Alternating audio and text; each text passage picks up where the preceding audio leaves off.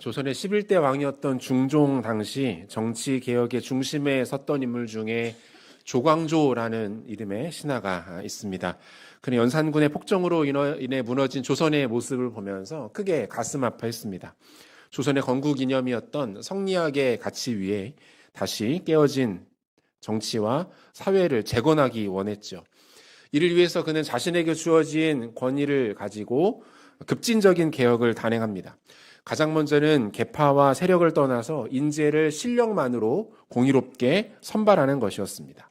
그 다음으로는 연산군의 집권하에서 부귀영화를 누렸던 부패가 가득했던 기득권 세력을 청산하는 것이었죠. 하지만 이러한 조광조의 급진적인 개혁은 자연스럽게 정적과 반대 세력들을 양산하게 됩니다. 당시 기득권 세력이었던 훈구파의 반발에 부딪힙니다. 결정적으로 왕이었던 중종 또한 적지 않은 부담과 불안을 느끼게 되죠. 결국 조광조는 반대파들의 놓인 함정에 빠지게 됩니다. 1519년 발생한 김효사화에 연루되어서 안타깝게도 비참하게 삶을 마무리하게 됩니다. 용두삼위라고 하죠. 처음에는 거창하고 대단하게 화려하게 시작을 했습니다. 하지만 결국에는 급진성 그리고 준비 부족, 지지 세력의 부재로 인해서 그의 마지막 모습, 그가 시행했던 모든 개혁들은 초라하고 비참하게 끝나고 말았던 것입니다. 비단 역사적인 사건만은 아닌 것 같습니다. 우리의 실제 삶과 모습 속에도 이러한 용두사미와 같은 모습들은 비일비재하게 발생합니다. 하나님 앞에서 크게 은혜를 받습니다. 말씀대로 살 것을 결단하고 헌신하며 다짐합니다. 말씀과 기도 생활에 힘쓸 것을 결단하죠. 하지만 어떻습니까? 머지않아 결심은 희미해집니다. 세상의 유혹과 시험 앞에 넘어지고 무너집니다. 어리석음과 욕심으로 인해서 마음에 원했던 것만큼 열매 맺지 못한 채 흐지부지 되는 경우들이 없지 않다는 거예요. 용의 머리처럼 거창하고 화려하게 시작했으나 결국은 뱀의 꼬리처럼 끝나고 마는 것이 오늘 우리에게도 나타나는 모습이지 않나 생각해 봅니다. 오늘 본문에도 이와 같은 한 인생이 소개되고 있어요. 그를 둘러싸고 진행되는 일련의 사건들이 오늘 우리에게 주시는 교훈들이 있습니다.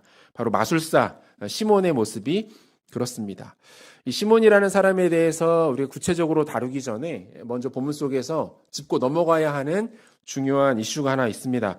바로 사도들이 사마리아 지역에 방문했다라는 사실이 바로 그것입니다. 본문 14절을 보니까 예루살렘에 있는 사도들이 사마리아도 하나님의 말씀을 받았다함을 듣고 베드로와 요한을 보내매 이렇게 되어 있죠. 우리가 지난주부터 살펴본 것처럼 빌립을 통해서 사마리아 땅에 복음이 증거됩니다. 복음으로 인한 기사와 표적들이 나타났죠. 이것을 보고 수많은 사람들이 예수님께로 돌아옵니다. 세례를 받고 그리스도를 따르기로 결단합니다. 이 소식이 예루살렘에 있는 사도들에게도 전해졌던 거예요. 사도들을 대표해서 베드로와 요한이 사마리아를 찾게 됩니다. 이들이 사마리아에 이처럼 다급하게 도착한 이유는 크게 두 가지 정도로 생각을 해볼 수 있는데, 첫 번째는 소문의 진위 여부를 확인하기 위함이었어요. 과연 우리가 들었던 소문이 사실인가 눈으로 직접 확인하겠다 이것이죠. 그런데 이 부분은 다소 아쉬운 것이 사실입니다. 왜 그렇습니까? 베드로와 요한을 비롯한 사도들이 자신들이 들었던 소문, 사마리아의 복음이 증거되고 많은 이들이 예수께로 돌아오고 그들이 세례를 받고 있다라는 사실에 대하여서 의심했기 때문에 그렇습니다. 이런 소문이 들려오는 거예요. 이봐, 들었어? 사마리아의 복음이 선포되었는데 그 지역에 많은 사람들이 예수님을 믿고 있다고 하더군. 심지어 세례까지 받고 있다고 하던데, 이 이야기를 들은 사도들은 아마 이렇게 반응했을 겁니다. 그게 사실이야? 어떻게 그럴 수 있지? 이봐, 그곳은 사마리아라고. 예루살렘이 아니야. 그곳은 사마리아야. 제자들이 이렇게 반응할 수밖에 없었던 이유는 뭡니까? 당시 유대인들이 이 사마리아라는 지역에 대하여 갖고 있었던 편견과 선입견 때문에 그렇습니다. 우리가 잘 아는 것처럼 역사적으로 사마리아는 하나님을 배반한 북이스라엘의 수도였어요. 영적인 정통성을 잃은 것이죠. 혈통적으로는 어떻습니까? 고대 근동 지역의 패권 국가들에 의해서 강제 이주 정책이 오랜 기간 동안 시행되었던 곳이기도 합니다. 혈통의 수수성이 사라진 거예요. 이미 그 지역은 다인종, 다민족 상태가 되어버렸던 거죠. 그래서 예수님 당시의 유대인들은 어떻습니까? 이 사마리아 사람들과는 상종도 하지 않았습니다. 말도 섞지 않았어요. 교제도 하지 않았습니다.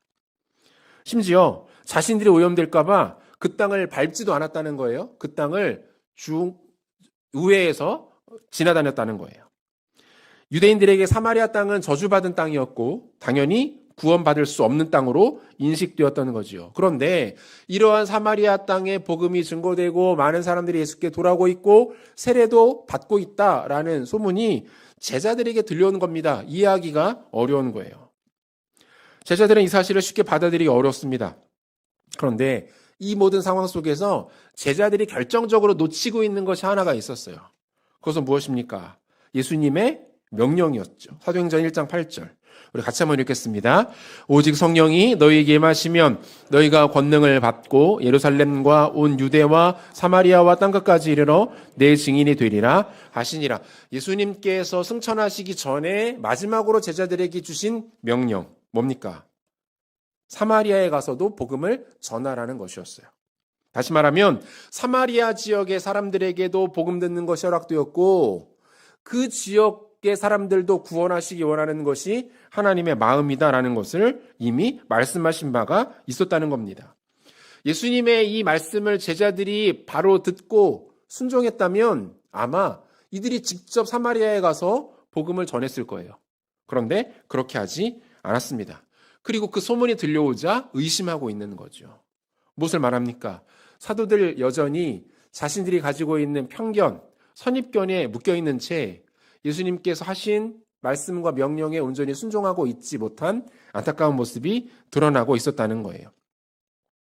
이 베드로와 요한이 사마리아에 갔었던 두 번째 이유는 사마리아인들이 성령을 받도록 하기 위해서였습니다. 사실 이 부분은 신학적으로 다소 어려운 부분입니다. 그래서 우리가 이 부분에 대해서는 다음 주에 조금 더 구체적으로 한번 다루기로 하고요. 여기서 핵심은 뭡니까? 거듭남과 세례가 있었지만 성령의 역사는 아직 나타나고 있지 않았다. 이게 핵심이에요. 빌립을 통해서 복음이 전해집니다. 그리고 사마리아 지역의 많은 사람들이 예수님을 믿고 세례를 받았습니다. 그런데 성령의 역사는 아직 나타나고 있지 않은 거예요. 성령의 역사는 오직 사도들을 통해서만 나타나게 됩니다. 여러분, 이것은 빌립은 평신도, 즉 집사였기 때문에 그를 통해서 나타날 수 있는 영적인 능력은 제한될 수밖에 없고, 사도들은 오늘날로 따지면 전문 사역자, 목회자였기 때문에 그들에게는 성령의 능력이 허락되었다라고 이해해서는 안 됩니다. 이것은 성경을 왜곡하는 거예요. 이런 뜻이 아니라 본문의 이 사건은 사도행전에서만 특수하게 나타나는 현상이라고 이해해야 합니다. 지금 상황이 어때요? 교회가 힘있게 세워지고 있었습니다. 그 예수님의 복음이 지역으로 급속도로 증거되고 있었어요. 이 과정에서 사도의 권위와 교회의 영적 질서를 세우시기 위한 하나님의 예외적인 방식이었다. 이렇게 이해하는 게 맞고, 구체적인 내용은 우리가 다음 주에 한번 살피도록 하겠습니다. 여기까지 한번 정리해보면 어때요? 먼저 빌립을 통해서 사마리아 땅에 복음이 증거됩니다. 그리고 이번에는 그 소문을 듣고 사마리아 땅에 찾아온 사도들로 인해서 성령의 능력과 기적과 역사들이 본격적으로 나타납니다. 세례받고 신자가 된 성도들이 성령의 능력과 임재를 체험하기 시작합니다. 그들이 방언을 말하고 예언을 하고 병고침의 역사가 나타나고 하나님의 특별한 영을 경험하는 일들이 일어났던 거예요. 이 마술사 시몬은 자신의 눈앞에서 벌어지고 있는 이 일련의 일들을 보고 크게 놀랍니다. 그 또한 악령의 힘을 빌려서 사람들에게 영향력을 행사했던 적이 있었던 사람이지 않습니까? 따라서 이와 같은 일들에 대해서 매우 예민했고 큰 관심을 갖고 있었을 것이 분명해요. 그런데 이 과정에서 이 사람의 옛 본성이 튀어나옵니다. 악한 자아가 여전히 드러나기 시작합니다. 우리가 지난주까지만 해도 이 마술사 시몬이 부끄러운 자신의 모든 과거를 버리고 예수님의 제자가 된 것으로 생각했습니다. 그런데 그렇지 않았어요. 그는 예수님께 전적으로 헌신하고 예수님을 따르는 제자가 아니었습니다. 그저 예수님 주변에 머물면서 예수님께로부터 무언가 얻을 것이 있을까? 예수님을 통해서 더 누리고 수요할 것은 없는지를 찾고 있던 예수님의 팬에 불과했던 겁니다.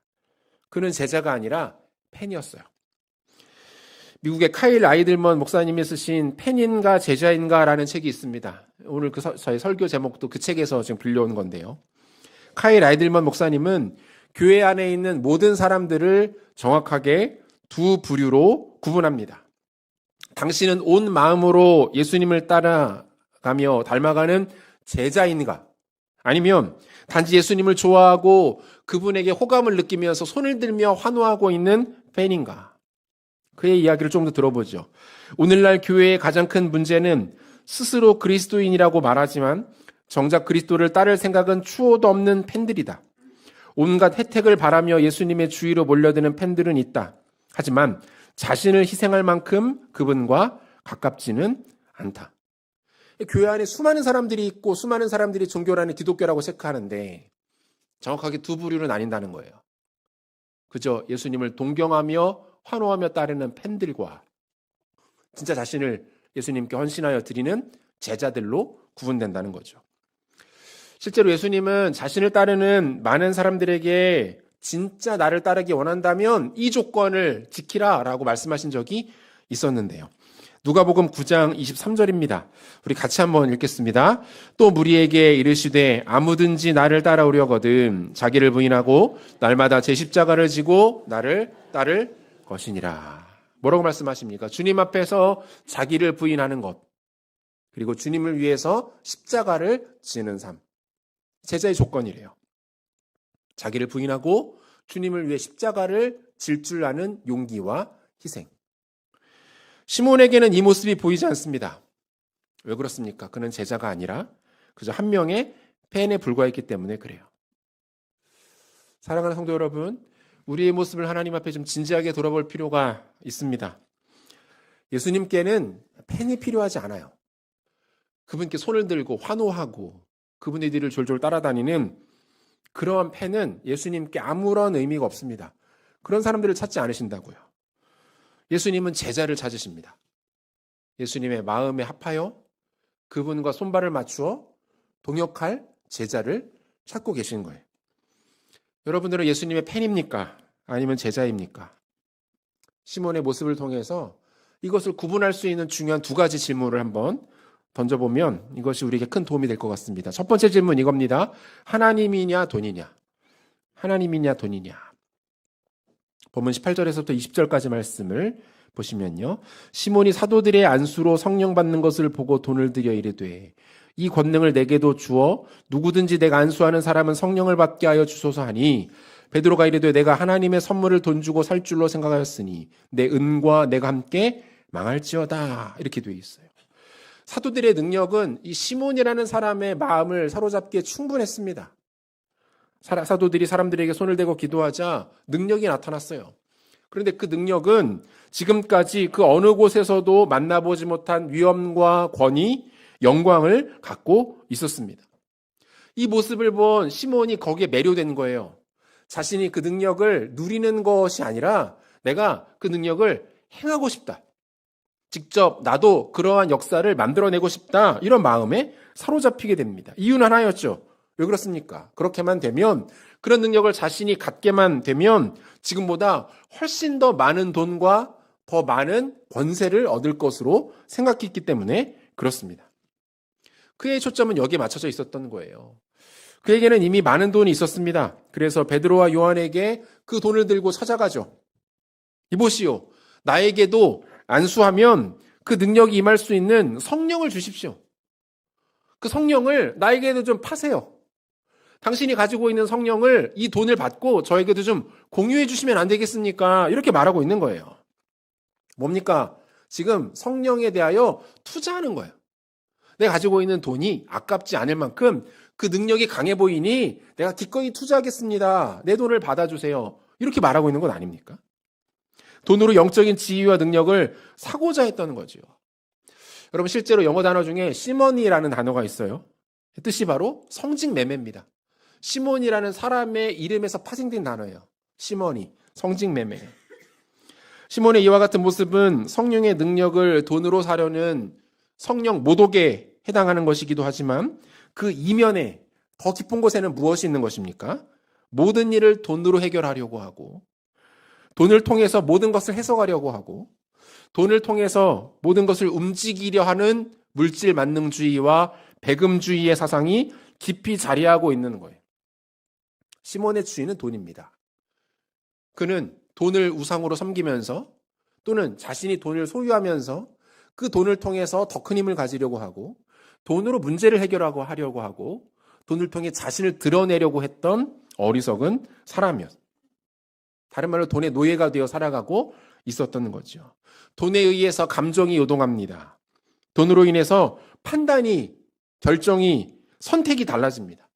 나아가 자신의 인생의 목적과 방향도 오직 돈 때문에 달라지게 됩니다. 하나님이 주인으로 계셔야 되는 그 마음의 보좌에 맘몬이라는 우상의 신이 가서 자리하고 있는 거예요. 돈 때문에 기뻤다가 절망했다가 행복했다가 우울했다가 돈에 모든 것을 던지는 인생이 바로 어리석은 그의 인생이었던 거죠. 핀 캐스퍼센이라는 미국의 유명 금융가이자 자산가가 있었어요. 2008년 미국에서 시작된 글로벌 금융위기가 전 세계를 휩쓸게 되자 당시 그가 소유하고 있던 증권회사와 투자사에도 큰 피해가 발생합니다. 이 과정에서 크고 작은 범법 사실도 발견돼서 수사까지 받게 됩니다. 그는 이러한 현실을 견딜 수가 없었습니다. 약 1년여가 지난 2009년 9월 그는 뉴저지주 도심 외곽의 한 허름한 모텔에서 총으로 자신의 머리를 쏘고 맙니다. 그가 사망하던 당시 그의 재산은 파산 상태가 아니었어요. 당시 일반적인 미국 시민들의 평균의 삶보다 부유했고 그는 여전히 운용할 수 있는 자신의 사업체들을 두고 있는 상황이었습니다. 그런데 이 사람에게는 그것이 중요한 것이 아니었던 거예요. 뭡니까? 그가 평생을 바쳐 섬겼던 돈의 신이 그를 버리고 떠난 거예요. 그의 보좌가 텅 비어버렸기 때문에 그렇습니다. 그가 일평생 모든 것을 갈아 넣으며 섬기며 따랐던 돈의 신으로부터 배신당하고 버림을 당한 것을 이 사람이 견디지 못한 거예요. 제가 지난 금요일에도 한번 인용했던 내용인데요. 얼마 전 한 TV 토크쇼에 주식 중독에 빠졌다가 어렵게 그것을 극복한 정신과 의사가 출연한 적이 있었어요. 그가 마치 자신의 간증과도 같은 이야기를 나누어 주었습니다. 그는 의사로 병원에 재직하던 중에도 심각한 주식 중독에 빠져 있었다고 해요. 단 하루도 빠짐없이 지각을 했다는 거예요. 환자들하고 진료 시간이 약속되어 있는데 매일같이 지각을 하면서 시간을 지키지 못했다는 거죠. 이유는 주식시장이 보통 오전에 개장을 하는데 중요하고 좀 긴박한 매매들은 보통 9시부터 9시 15분, 이 15분 사이에 다 거래가 끝난대요. 전 주식을 안 해서 모르는데. 그러다 보니 이 거래를 마무리하기 전에는 이 사람이 출근을 할 수가 없었던 겁니다. 9시 전에 주차장에 와서 차를 댑니다. 그리고 9시부터 주식 거래를 다 마무리하고 15분이 지나서야 자신의 진료실로 출근을 하게 되었다는 거죠. 오전에 주가가 오르면 기분이 너무 좋아서 견딜 수가 없었고 그러다가도 오후에 주가가 하락하면 분노와 짜증과 불안과 불편함을 감출 수가 없었다고 합니다. 이분이 정신과 의사인데 환자들보다 자신의 상태가 더 안 좋은 거예요. 환자들보다 자신의 정신 상태가 더 병들어 있었다 보니 어떻게 제대로 된 진료를 할 수가 있었겠습니까? 결국 병원에서마저도 근무 태만, 진료에 대한 불만족으로 인해 권고사직을 당하고 맙니다. 돈이 주인이 되어버리고 돈의 노예가 되어버린 한 사람의 비참한 모습 아닙니까? 이 상태를 극복하는데 아주 오랜 시간 동안 큰 고생을 했다고 고백했습니다. 그 마가복음 10장에 보면 예수님께서 한 청년과 대화를 나누시는 장면이 나와요. 마가복음 10장 17절 예수께서 길에서 나가실새 한 사람이 달려와서 꿇어 앉아 묻자오되 선한 선생님이여 내가 무엇을 하여야 영생을 얻으리이까. 이 사람 보니까 보통이 아닙니다. 먼저는 예수님 보고 달려왔다라고 돼 있어요. 먼 곳에서 예수님 발견하고 달려온 거예요. 반가운 거죠. 예수님에 대한 아주 큰 호감을 갖고 있다 이렇게 볼 수 있겠죠. 꿇어 앉았습니다. 정중하게 예의를 갖추어서 예수님을 대하고 있어요. 또한 그는 예수님을 가리켜 선한 선생님이여 이렇게 부릅니다. 당시 일반적인 유대인, 보통의 상식과 교양을 갖춘 유대인들은 예수님을 랍비, 선생님 이렇게 불렀어요. 그런데 이 청년은 그 앞에 선한이라는 수식어를 붙입니다. 그러니까 일반적인 당시 사람들보다 교양 있던 일반인들보다 예수님에 대하여 훨씬 더 큰 호감을 갖고 있었다. 이렇게 볼 수 있겠죠. 여기까지만 보면 이 사람이 예수님의 팬인지 제자인지 잘 구분되지 않습니다. 조금 더 대화를 한번 지켜보죠. 이어지는 대화에서 우리는 이 청년이 율법을 아주 착실하게 잘 지키는 사람이었음을 알 수 있습니다. 마가복음 10장 20절. 그가 여짜오되 선생님이여 이것은 내가 어려서부터 다 지켰나이다. 율법을 착실하게 지키면서 반듯하게 살아왔다는 거예요. 여기까지 보면 팬보다는 제자에 조금 더 가까워 보인다. 이런 생각이 들기도 하죠. 그런데 결정적인 지점에서 이 사람은 자신의 정체를 노출시키고 맙니다. 계속해서 마가복음 10장 21절. 예수께서 그를 보시고 사랑하사 이르시되 내게 아직도 한 가지 부족한 것이 있으니 가서 내게 있는 것을 다 팔아 가난한 자들에게 주라. 그리하면 하늘에서 보화가 내게 있으리라. 그리고 와서 나를 따르라 하시니. 예수님은 이 청년에 대하여 큰 호감이 있으셨던 것처럼 보입니다. 누구에게나 그러셨겠지만 진심으로 그를 대하고 계시죠. 그를 사랑하셨다 이렇게 돼 있어요. 그래서 말씀하시죠. 와서 나를 따르라. 제자로의 부르심이에요. 너 나의 제자가 되어보지 않겠니? 내가 너를 제자로 삼아 너와 함께하고 싶구나. 베드로에게, 야고보에게 그리고 요한에게 주셨던 것과 동일한 제안을 하십니다. 그런데 이 청년은 다른 제자들과 다른 반응을 보이죠. 마가복음 10장 22절. 한 목소리로 같이 한번 읽겠습니다. 그 사람은 재물이 많은 고로 이 말씀으로 인하여 슬픈 기색을 띠고 근심하며 가니라. 예수님은 이 청년을 사랑하셨습니다. 진심으로 대하셨어요. 그런데 한 가지가 걸렸던 거예요. 그것은 이 청년이 여전히 자신의 중심을 자신이 소유한 재물, 자신이 열심히 살아서 이루어낸 업적에 묶어두고 있다는 것을 보셨습니다. 예수님은 그에게 도전하십니다. 네가 가지고 있는 모든 소유, 네가 자랑하며 의지하는 모든 것들 그거 버리고 나를 한번 따라보지 않겠니? 나의 제자로 살아보지 않겠어? 그런데 청년은 자신의 정체성을 결국 드러냅니다. 슬픈 기색을 띠고 근심하며 가니라. 뭡니까? 그의 정체성은 예수님의 제자이기를 거부하고 팬으로 남기로 결정한 거예요. 사랑하는 성도 여러분, 우리 주님은 팬들까지 구원하여서 자신의 소유로 삼으실 정도로 그렇게 낭만적이지 않으십니다. 그분이 원하고 기대하시는 건 무엇은 뭡니까? 자신의 희생과 순종의 결과예요. 십자가와 부활의 결과, 그 열매를 기대하십니다. 경제적인 부, 그로 인한 안정감, 넉넉하고 풍족한 일상, 여가 생활과 취미가 있고 그로 인한 낭만이 가득한 그런 삶 중에 그냥 삶의 한켠에 보험처럼 교회의 교적의 이름 올려놓고 있고 보험처럼 교회 안에 직분 하나 맡고 있는 그러한 삶은 그분의 관심이 아니에요. 여러분, 재정적인 영역에 있어서 하나님께 인색하는 것은 팬들의 전형적인 특징입니다.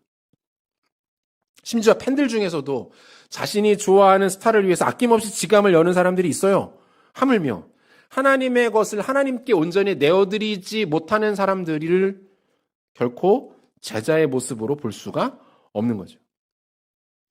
지갑은 가장 정확한 우리의 본질 자체를 드러냅니다.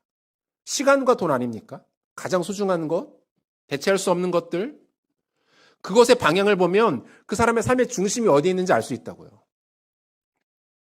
돈에 대한 욕심이 끝이 없고 돈으로 인한 걱정과 근심, 염려가 마를 날이 없는 것도 안타깝지만 제자와 어울리는 모습은 아닙니다.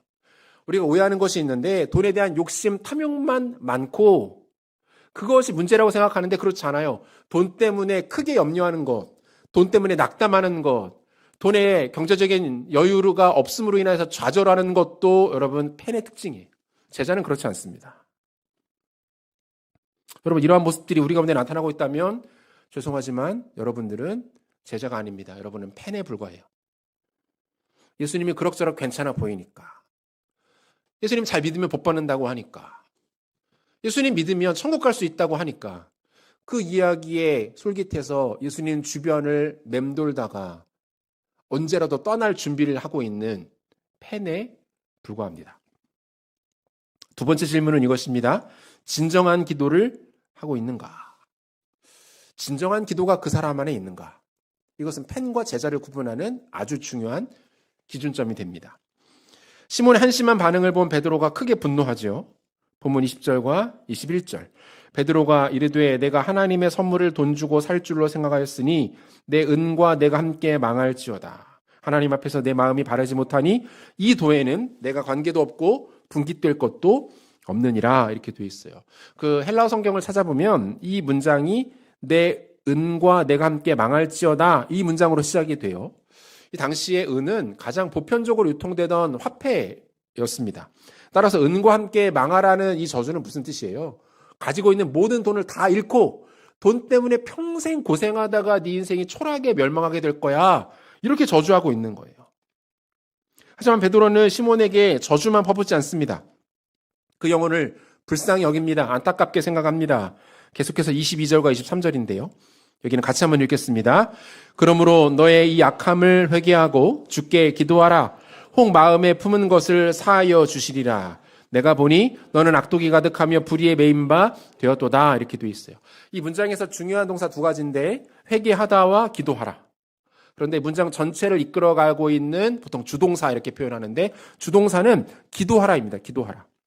그런데 이 기도하라라는 동사를 원어로 찾아보면 조금 독특한 것이 발견이 되는데 보통 신약 성경에서 기도하다라는 동사로 사용되는 동사가 프로슈코마이라는 동사가 가장 보편적으로 사용이 돼요. 거의 다 이 프로슈코마이가 사용됩니다. 그런데 오늘 본문에서는 이 부분이 헬라어 데오마이라는 동사가 사용되고 있어요.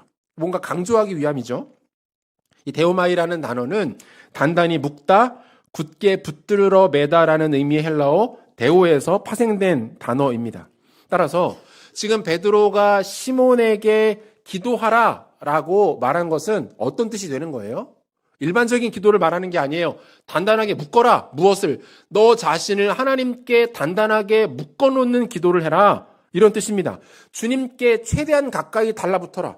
그분을 간절하게 의지해라. 지금 너에게 필요한 거는 그 기도야 라고 말하고 있는 거예요. 조금 더 의역을 해보자면 이런 뜻이죠. 바짓가랑이라도 붙들고 매달려라. 지금 베드로는 시몬에게 이렇게 권면하고 있는 거예요. 생사를 견 필사적 기도, 사생결단의 기도로 하나님 앞에 반응하라는 거예요. 이 단어가 신약성경에 한 곳에 더 사용이 돼요. 누가복음 21장 36절인데요. 같이 한번 읽겠습니다.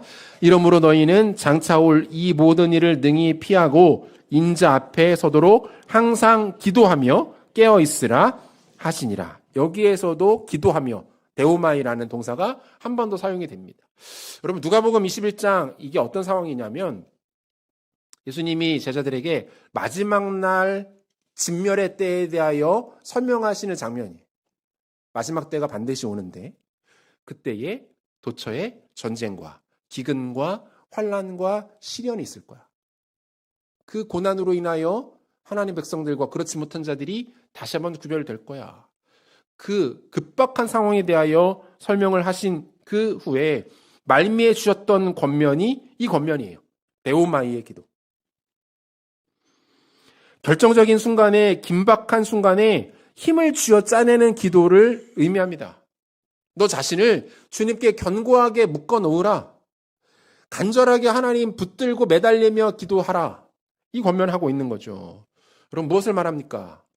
사랑하는 성도 여러분, 팬들은 이렇게 기도 못합니다. 팬들은 이렇게 기도해 본 경험이 없어요. 팬들에게서는 이러한 기도가 나오지 않습니다. 이 기도는 제자들만 할 수 있는 기도예요. 팬과 제자를 구분하는 명확한 기준이 뭐라는 거예요? 이 데오마이의 기도예요. 팬들은 이렇게 기도할 필요도 못 느끼죠. 뭐 그렇게 극성스럽게, 뭐 그렇게 당장 죽을 것처럼 그렇게 난리를 치며 기도하나. 오히려 자신의 얄팍한 몇 차례의 기도가 원하는 대로 응답되지 않는 것 같으면 즉시 팬클럽을 탈퇴할 준비를 합니다. 자신이 지지하는 우상을 갈아탈 준비를 합니다. 제자는 데오마이의 기도를 경험한 사람들이 주님께 나 자신을 견고하고 단단하게 묶는 거예요. 하나님, 당신이 없으면 내 삶이 망합니다. 끝납니다. 아무 의미가 없습니다. 라는 간절함을 가지고 매달리는 기도. 하나님과 내가 일치되어서 하나 되는 것을 간절하게 사모하는 기도인 거죠. 이러한 베드로의 권면에 시몬이 어떻게 반응하고 있습니까? 본문 24절. 시몬이 대답하여 이르되 나를 위하여 주께 기도하여 말한 것이 하나도 내게 임하지 않게 하소서 하니라. 시몬은 이 기도를, 이 권면을 회피합니다. 피하고 있어요. 뭐라고 말해요?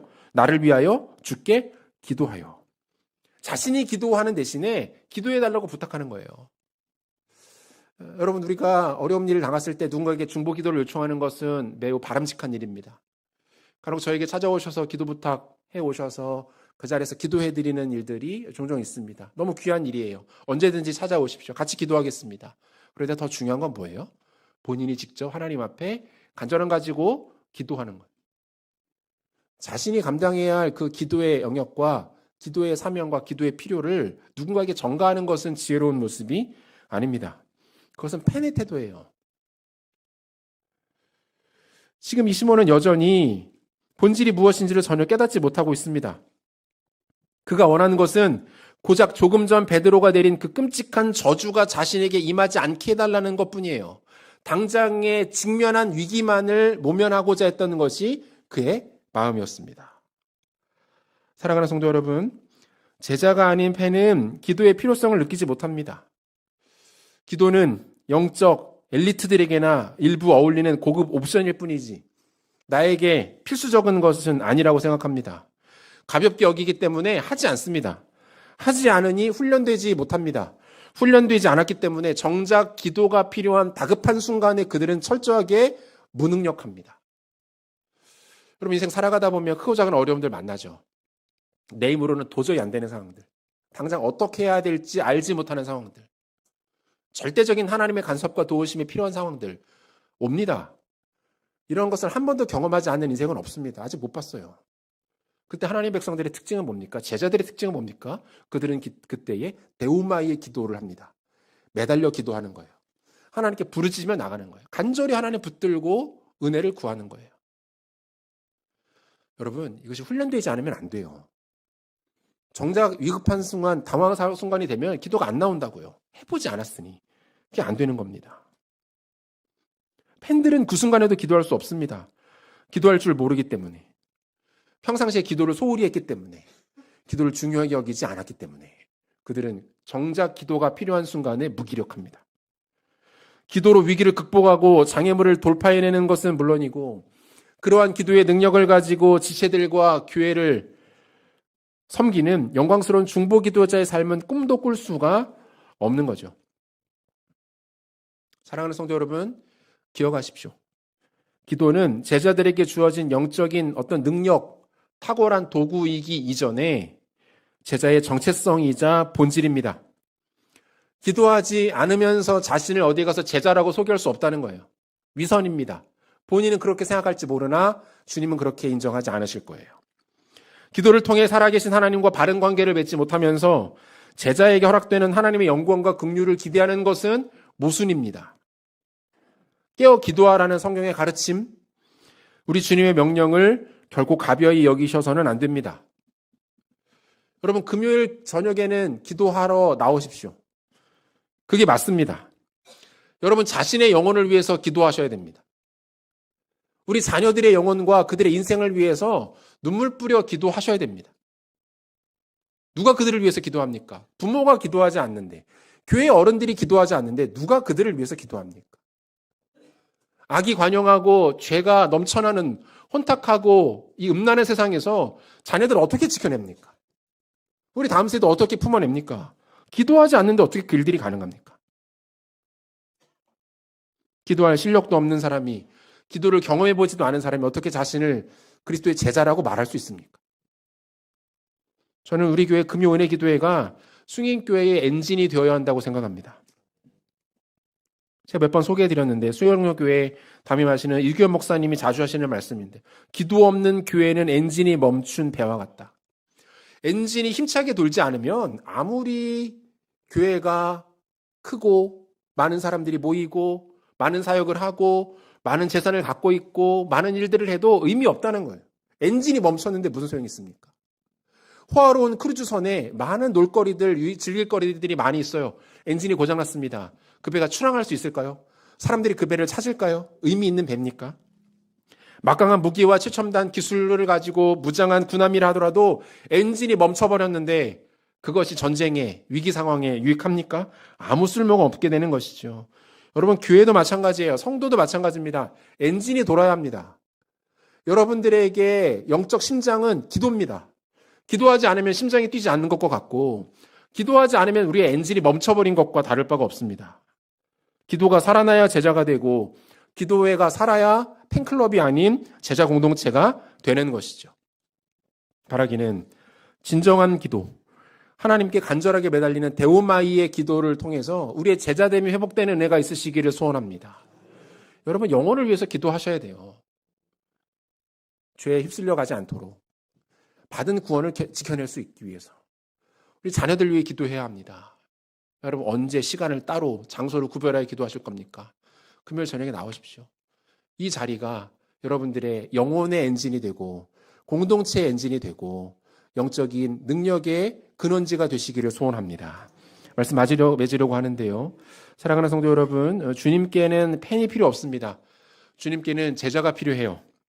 주님을 전심으로 사랑할 뿐 아니라 주의 말씀에 순종하고 주와 함께하는 것을 기뻐하며 동행하기를 사모하는 제자를 찾고 계십니다. 우리가 살아가는 세상은 온통 물질 만능주의, 배금주의가 가득하고 있습니다. 끊어내야 합니다. 돈이 여러분들의 주인 되는 것을 거부하십시오. 나의 주인은 예수 그리스도이시니 나의 보좌를 차지하려는 모든 세력에 대하여 단호하게 아니라고 선포하십시오. 데오마이의 기도가 필요합니다. 주님께 나를 묶어두는 기도, 그분의 바짓가랑이를 붙들고 매달리는 기도, 그 기도를 경험하고 그 기도를 통해서 영적인 돌파가 일어나야 합니다. 그 경험이 여러분들에게 필요하고 우리 교회에 필요합니다. 바라기는 이런 모습들을 통하여서 펜으로 머물러 있는 나약하고 어리석은 성도와 공동체가 아니라 힘있는 제자 공동체, 강력하고 권세 있는 제자로 힘있게 우뚝 서시는 사랑하는 성도님들과 교회 되시기를 우리 구주 예수 그리스도 이름으로 축원합니다.